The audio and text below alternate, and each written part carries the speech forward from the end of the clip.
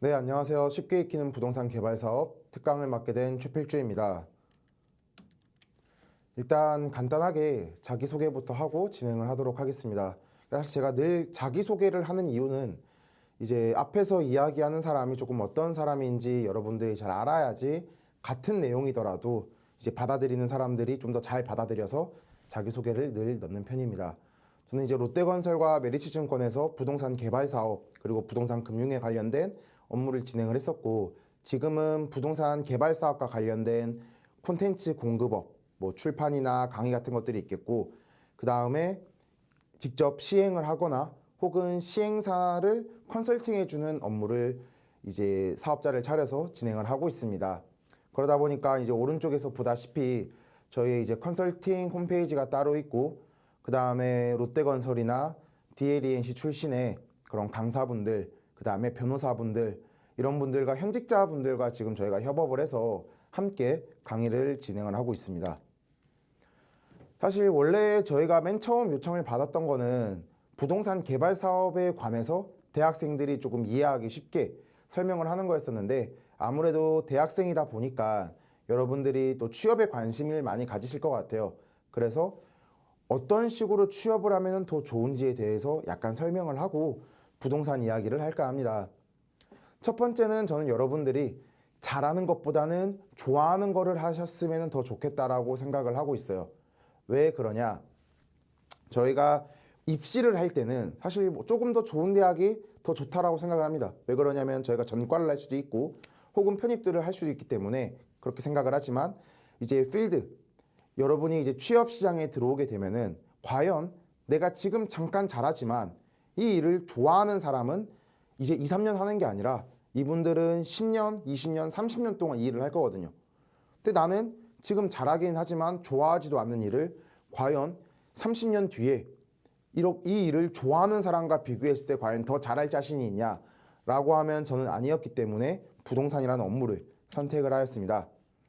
그러면 그거를 이제 파악을 한 이후에는 내가 가지고 있는 경험, 그리고 이 일을 하기 위해서 갖춰야 할 경험에 대해서 또 여러분들이 생각을 많이 해야 될 것 같아요.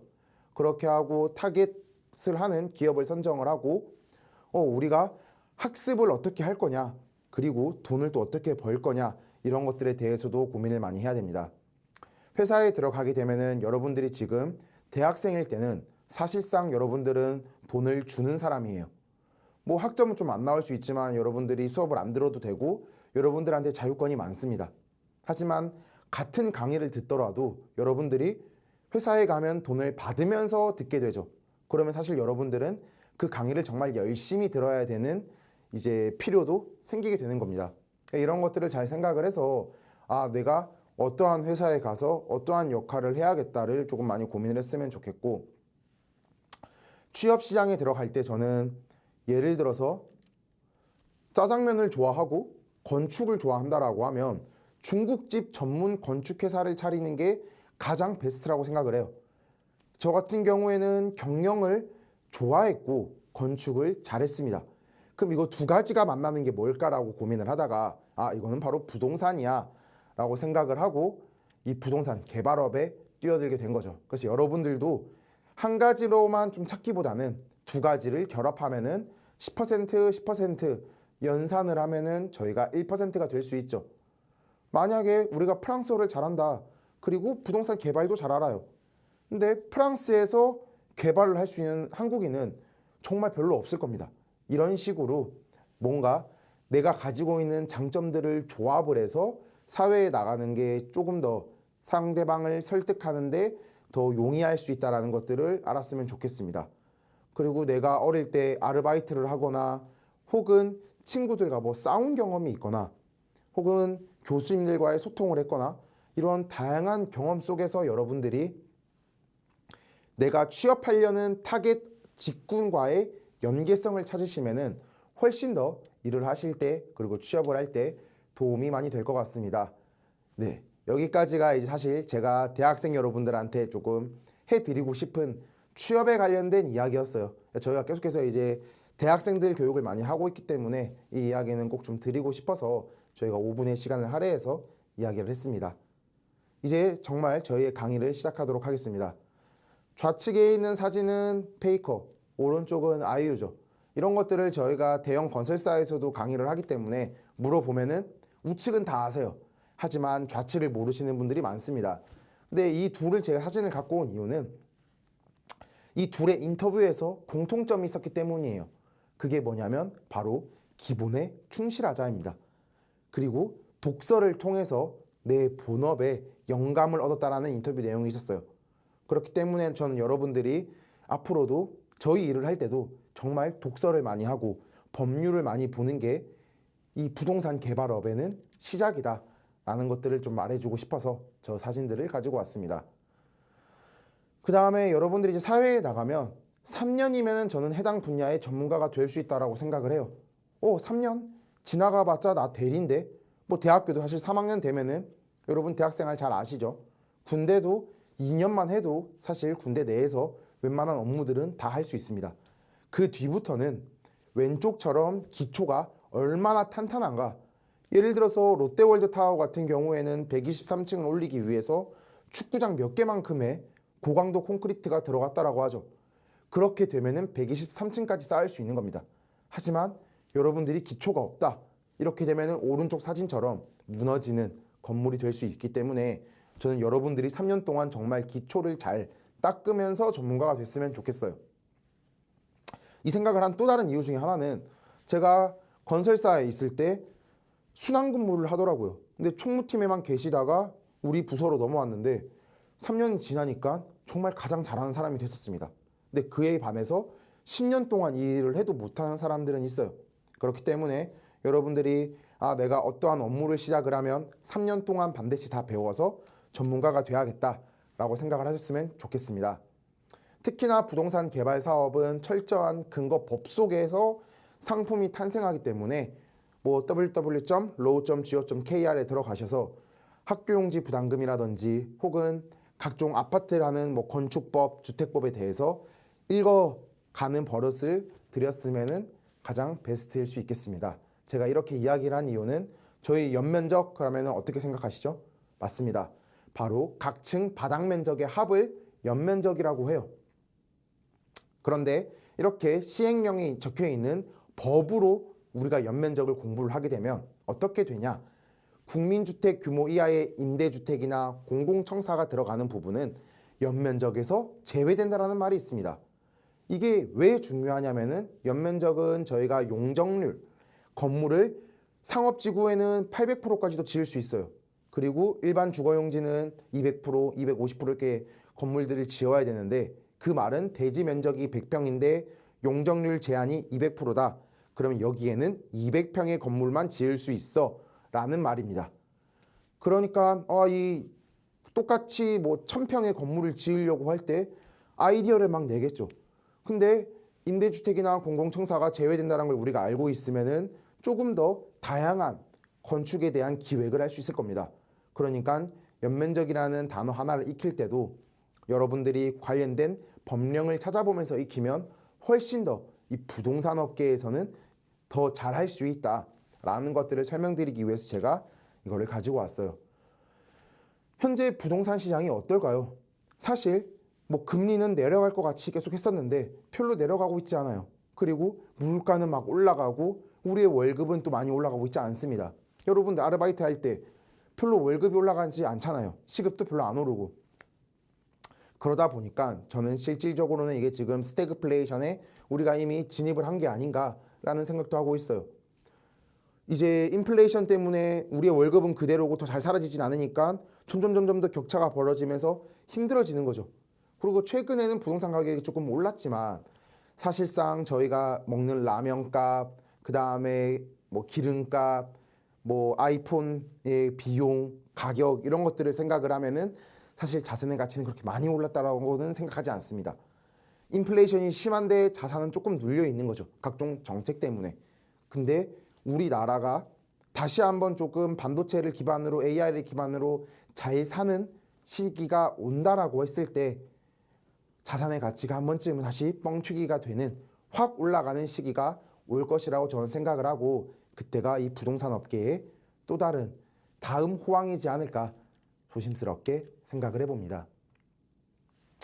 현재 이게 약간의 지금 이 네모칸이 조금 깨져 있는데 서울 같은 경우에는 지금 부동산 거래량이 많이 올라가고 있어요. 하지만 그 전에 2007년도, 2008년도 우리가 리먼 사태라고 부르는 금융 위기 때는 지금보다 훨씬 더 거래량도 많았고 수도권이 아니라 전국에 조금 많이 분포가 되어 있었어요. 하지만 지금은 대부분 수도권 위주로 거래가 쏠려 있고 거래량 자체도 예전 금융 위기 때보다도 훨씬 더 올라오지 못하고 있다는 것들을 파악을 할 수가 있었습니다. 그렇기 때문에 앞으로 조금 부동산은 조금 더 서울로가 될 수 있겠구나 라는 것들도 예측을 할 수 있었어요. 현재 부동산 같은 경우에는 저희가 1995년에 최초의 PF라고 불리는 인천국제공항 고속도로 PF가 있었어요. 이때는 건설사가 신용을 조금 보강을 해줘서 이제 사업이 진행이 되는 시기였습니다. 그러다가 리먼 사태 때가 되면은 은행 PF와 시공사 신용이 많이 섞여 있었는데 그때부터 2011년에 유럽 재정 위기가 오고 12년에 우리가 저축은행 사태들이 많이 발생을 했죠. 그러면서 은행 PF가 점차 사라지고 지금 우리가 알고 있는 증권사 PF와 시공사의 신용등급 그 다음에 한 17년도부터였을 거예요. 호황이 계속되니까 신탁사의 책임중공까지 들어와서 우리가 2022년도까지 초호황을 맞이했습니다. 근데 이 과거를 보면 알다시피 4년 단위로 우리가 침체를 회복할 수 있었어요. 그래서 다음 화랑장은 바로 내년부터 다시금 올라가기 시작을 할 거다라고 조심스럽게 예측을 저희가 조금 할 수가 있겠습니다. 근데 사실 해외의 부동산 개발 기조는 늘 전체 우리가 건물을 짓고 토지를 사고 이런 비용이 든다라고 했을 때 전체의 20% 정도 되는 돈은 사업을 기획하는 시행자가 가지고 오세요 라는 말을 많이 했습니다. 그런데 우리나라는 사실 자기 돈을 거의 3%, 2% 가지고도 시행이 가능했어요. 하지만 위기가 오니까 이러한 이제 부실들이 건설사한테 전이되고 은행한테 전이가 됐죠. 그래서 금융감독원에서는 처음부터 자산운용사들 돈을 좀 빌려서 에쿼티를 투자를 받던지 그게 아니면 너네들 돈을 좀 많이 가지고 이제 사업을 해 라는 것들을 점차적으로 권고를 하고 있는 시기라고 볼 수 있습니다. 지금 22년부터 현재까지의 위기는 부동산 가격이 잘 안 올라가고 분양이 잘 안 되고 그러다 보니까 시행사가 어려워지고 시행사가 어려워진 이후에는 건설사가 어려워지고 이런 식으로 위에서부터 위기가 왔습니다. 하지만 앞으로의 위기는 이런 우리 수분양자가 우리 고객이거든요. 아파트를 계약하는 사람들 그리고 시행사는 이 개발 사업을 기획했는 사람들 건설사는 아파트나 이런 건축물들을 지어주는 회사고 하수구비는 건설사가 직접 건축을 하지 않기 때문에 이들의 의뢰를 받아서 실제로 타일을 붙이고 도배지를 바르고 페인트 칠을 하시는 그런 회사분들 보고 하수구빈이라고 합니다. 근데 점점점 어려워지니까 우리가 또 무슨 말이 있죠? 곳간에서 인심난다. 건설사 시행사의 곳간이 비어버렸어요. 그러다 보니까 하수구빈들한테 제대로 돈을 못 주고 이렇게 해서 어려운 시기들이 몇 년간 있었는데 지금 건설사도 많이 부도가 났지만 하수구빈들이 버티기가 힘든 상황입니다. 그럼 하수구빈들이 사라져요. 뭐 어떻게 될까요? 건설사가 건설을 할 수가 없겠죠. 그리고 건설사가 하수구빈을 새로 구해야 됩니다. 그럼 한창 도배 바르다가 이 사람이 갑자기 망해서 사라져버리고 새로운 도배공이 왔어요. 어떻게 될까요? 이거 너무 옛날 가격이에요. 저희 시급 더 올려주세요. 돈 더 올려주세요 라고 말을 많이 하게 돼요. 그러면은 건설사의 그런 비용이 또 더 늘어나겠죠. 그래서 이제는 또 다른 위기가 올 수가 있다라는 것들을 여러분들이 염두에 두셨으면 좋겠습니다.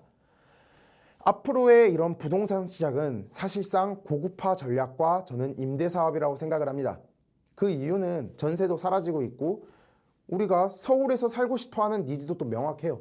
그렇기 때문에 월세를 내면서 살게 되는 민간임대 기숙사 사업은 계속해서 호황이 될 거다가 두 번째고 첫 번째는 고급화 전략입니다.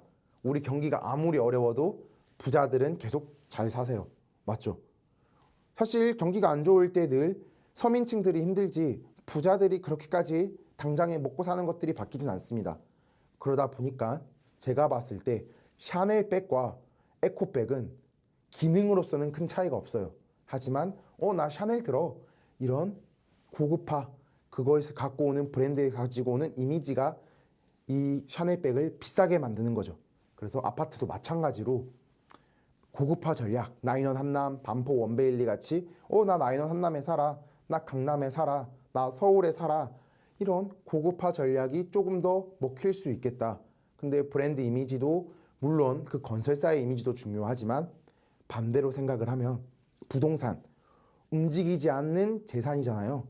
위치에 따라서 고급화가 더 전략적으로 쓸 수 있겠다라는 것들을 생각을 하면 되겠고, 최근에 한국토지주택공사에서 직접 시행을 하겠다 혹은 매입 약정을 걸어서 내가 너네 짓기만 해 다 사줄게 라는 제도들도 나오고 있습니다.